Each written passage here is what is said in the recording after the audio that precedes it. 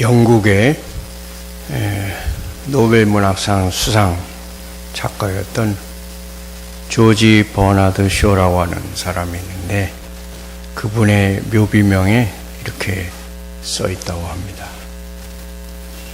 우물쭈물하다가 내 이럴 줄 알았다. 우리가 우물쭈물하다가 올해도 다 갔습니다. 이제 12월이 되면 날씨는 춥지만 크리스마스가 있어서 우리 마음은 훈훈합니다. 크리스마스가 없다면 12월이 얼마나 춥고 삭막하겠습니까? 우리 거리와 교회와 가정에는 크리스마스 트리가 장식되어 있습니다. 12월 한 달 동안에는 유럽에서는 크리스마스 마켓이 형성돼서 전 세계에서 많은 관광객들이 모인다고 합니다.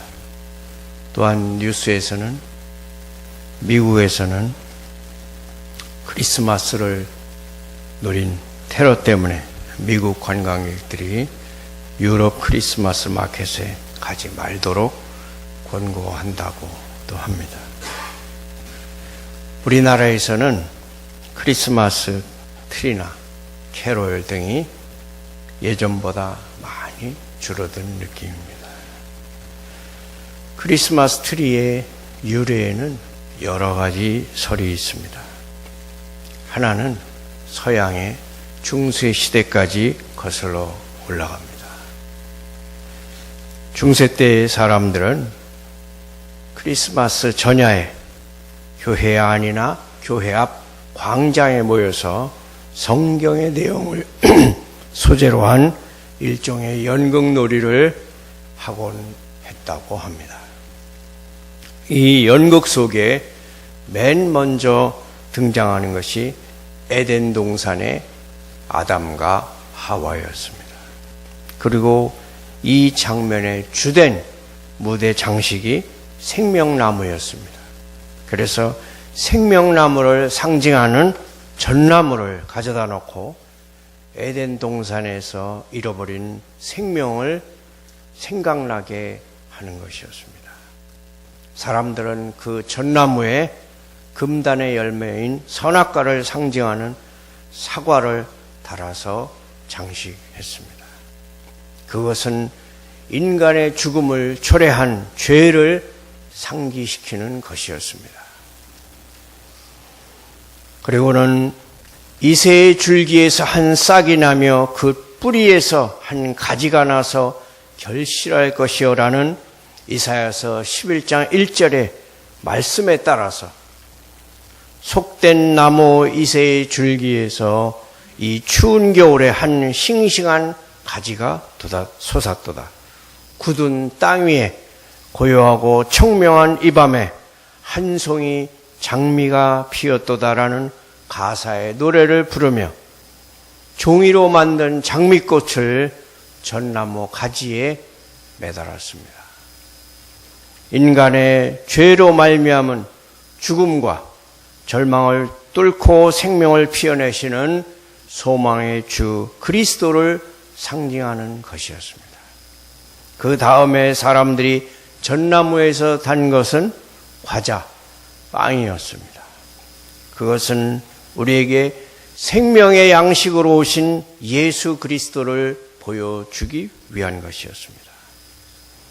이렇게 본래의 크리스마스 트리 장식은 모두 인간의 죄와 인간을 죄로부터 구원하시러 오신 예수 그리스도를 상기시키기 위한 것들이었습니다. 이 트리가 처음으로 각 가정의 집안에 세워지고 장식되기 시작한 것은 16세기 초반 프랑스 알자스 지방이었다고 합니다. 그러다가 17세기에 와서 촛불이 추가되었습니다. 세상에 빛으로 오신 예수 그리스도를 상징하는 것입니다. 사과와 종이 장미와 촛불만으로 장식된 전나무, 이것이 전통적인 기독교 가정의 틀이 양식입니다. 또 다른 설이 있습니다. 독일의 종교개혁자 루터가 크리스마스 이브인 눈 덮인 겨울날 어두운 산길을 걸어가고 있었습니다. 그런데 갑자기 어두웠던 주위가 달빛에 환해지면서 아름다운 빛을 발하는 모습을 전나무 사이에서 목격하게 되었습니다. 잠시 넋을 잃고 황홀한 광경을 바라보던 루터는 큰 깨달음을 얻게 되었습니다. 하나님의 오묘한 뜻을 깨달은 루터는 산속의 전나무를 가지고 집으로 돌아와 장식을 했습니다. 전나무 가지에 눈 대신에 솜을 얹고 달빛을 대신에 꼬마 전구로 장식을 했습니다. 아름다움을 표현하기 위해 리본도 달았습니다. 그는 인간은 저 전나무와 같아서 어둠 속에 나무 같은 존재이지만 하나님의 빛을 받으면 아름다운 빛을 비출 수 있는 존재가 될 수 있겠구나라고 생각했습니다. 그때부터 크리스마스 이브가 되면 사람들은 전나무를 구해다가 크리스마스 트리를 장식했다고 합니다. 한 가지 재미있는 것은 지금 전 세계 생나무 성탄 트리의 80~90%가 한국산 토종 전나무라고 합니다. 한국산 토종 전나무는 자연적으로 끝이 뾰족하고 아래로 갈수록 펴져서 가지치기 하지 않아도 사용할 수 있어서 아주 인기라고 합니다. 그래서 영어권에서는 그 전나무를 코리안 포, 한국 전나무라고 부른다고 합니다.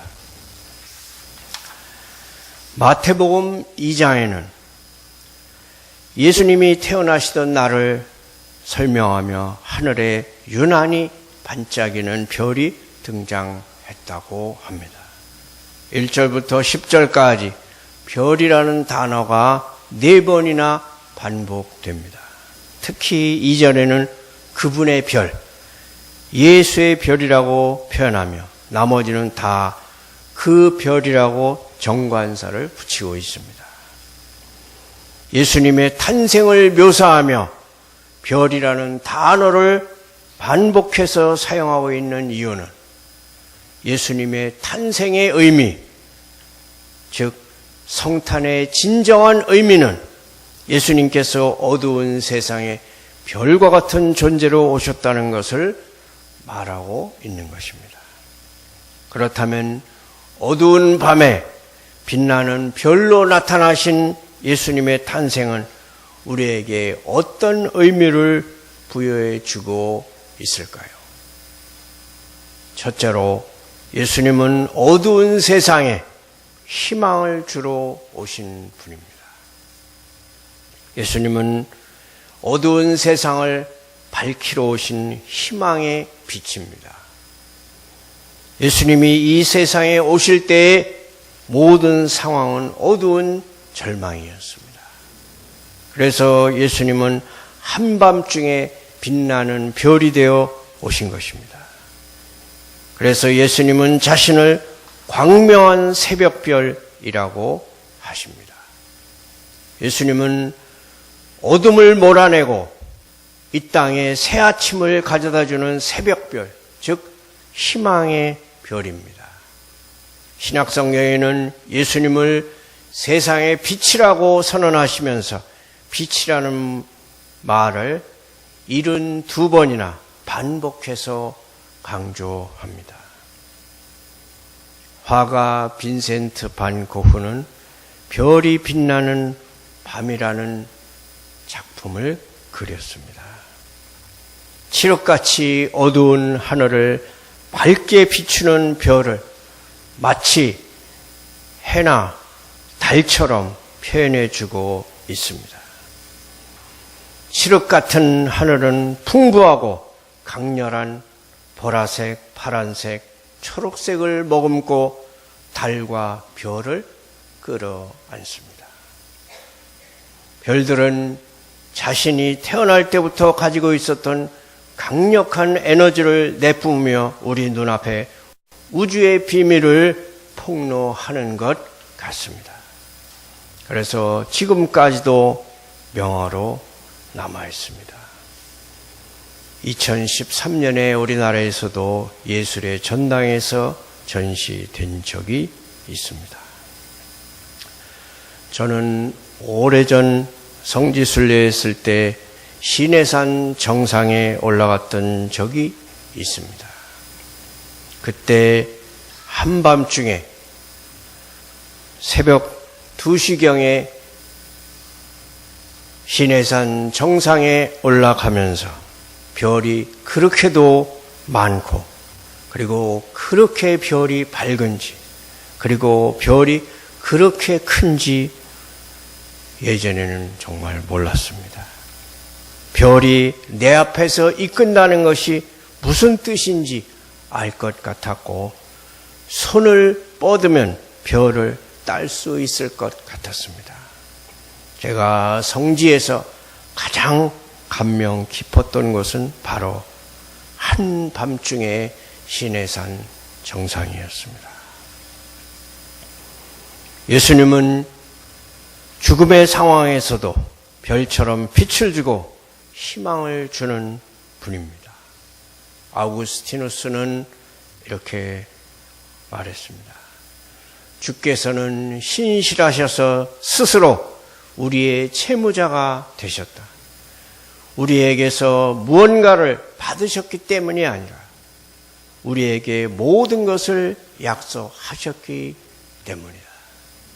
아우구스티누스는 이 유명한 말을 반복해서 여러 군데서 이 말을 하였습니다. 하나님은 우리에게 희망을 주시기 위해서 바로 예수님을 보내주셨습니다. 현실의 삶이 막막하고 어둡고 미래가 희망이 없는 것처럼 절망적으로 느껴지는 삶을 살고 있는 현대인들에게 예수님께서는 찾아오십니다. 그분은 희망의 별로 이 땅에 오셔서 오늘도 우리 마음속에 있는 어둠을 몰아내고 밝은 희망이 솟아나게 하십니다. 절망의 벽을 무너뜨리고 희망의 새 아침을 맞이하게 하십니다. 두 번째로 예수님은 어두운 세상의 인도자로 오신 분입니다. 예수님이 태어나시던 밤에 별 하나가 유난히 반짝였습니다. 어두운 밤을 환하게 비추었습니다. 그리고 수천 킬로나 떨어져 있는 동방의 박사들을 예루살렘과 베들레헴까지 인도해 주었습니다. 그 별은 어두운 밤길의 좌표가 되어 주었습니다. 그들이 산 넘고 물 넘어 물 건너 사막과 광야를 통과해 베들레헴까지 오도록 인도자가 되어 주었습니다. 그야말로 우리의 내비게이션이 되어 준 것입니다. 여기서 동방이라고 하는 뜻은 헬라어로 아나톨레라고 하는데 그 당시 떠오르는 나라라는 뜻입니다. 즉 페르시아, 바빌로니아, 아라비아 등 동쪽에 위치한 나라들이라는 뜻입니다. 그렇다면 최소한 수천 킬로 떨어진 먼 나라에서 왔음을 의미합니다. 이처럼 동방의 박사들이 별의 안내를 받으며 오는 것과 같이 예수님은 어두운 세상에 광명한 새벽별로 오셔서 우리 인생을 가이드하시는 안내자이신 것을 알 수 있습니다. 예수님은 우리 인생의 내비게이션과 같은 분입니다. 그래서 예수님은 자신을 소개하는 선언에서 나는 선한 목자다. 나는 곧 길이다. 라고 말씀하십니다. 예수님은 우리가 살아가는 길을 앞서서 이끌어 주시며 인생의 미래를 인도해 주십니다. 예수님은 우리 인생의 안내자, 보호자, 동행자이십니다. 어둡고 힘든 세상에서 우리와 함께 하시면서 우리를 인도해 주시려고 이 세상에 오신 것입니다. 그래서 예수님의 이름이 임마누엘입니다. 우리와 함께 하시는 하나님이십니다. 우리와 함께 하시며 우리와 동행하여 주시는 분입니다. 어떤 시인이 별이라는 시를 썼습니다. 별이 되어 주소서. 암흑천지 길에서 아기 예수께로 이끌었던 별처럼 험한 세상에서 주님만 바라도록 나의 별이 되어 주소서. 별이 되게 하소서. 주님 몰라 목말라 하는 이들에게 아기 예수께로 이끌었던 별처럼 주님 달린 십자가 만나도록 나 그 밤 그 별 되게 하여 주소서. 세 번째로 예수님은 모든 좋은 곳으로 복 주시는 분입니다. 성경에서 말하는 빛은 언제나 좋은 것을 의미합니다. 그래서 하나님을 빛들의 아버지라고 호칭합니다. 야고보서 1장 17절에 보면 완전하고 좋은 모든 선물은 빛들의 아버지께로부터 내려온다고 말합니다. 하나님은 우리에게 가장 좋은 것을 주시는 분입니다. 이것이 성경 맨 처음 창세기 1장 1절의 메시지입니다. 하나님의 우주 창조 중 첫 번째 작품이 빛이었습니다.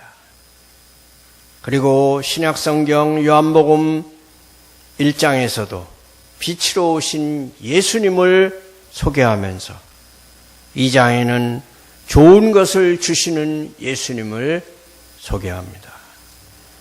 요한복음 2장에서는 맹물을 가장 좋은 포도주로 만들어주시는 예수님을 의도적으로 부각시킵니다. 우리가 세상의 빛으로 오신 예수님을 믿기만 하면 우리에게 가장 좋은 것인 구원의 은총을 베풀어 주십니다. 얼마나 놀라운 축복입니까?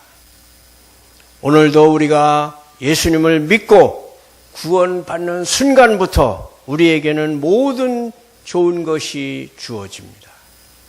하늘과 땅의 모든 좋은 것을 아낌없이 주십니다. 풍성하게 주십니다. 어떤 고난과 시련의 와중에서도 결국에는 모든 것이 합력하여 선을 이루도록 하십니다. 혹시 질병에 걸리더라도 고통이 아무리 극심하다 할지라도 신자는 초조해하거나 하나님을 원망할 정도로 심령이 무너져 버리지 않습니다. 오히려 그러한 징계 속에서 하나님의 공의와 인자하심을 깨닫고 참고 견디게 됩니다.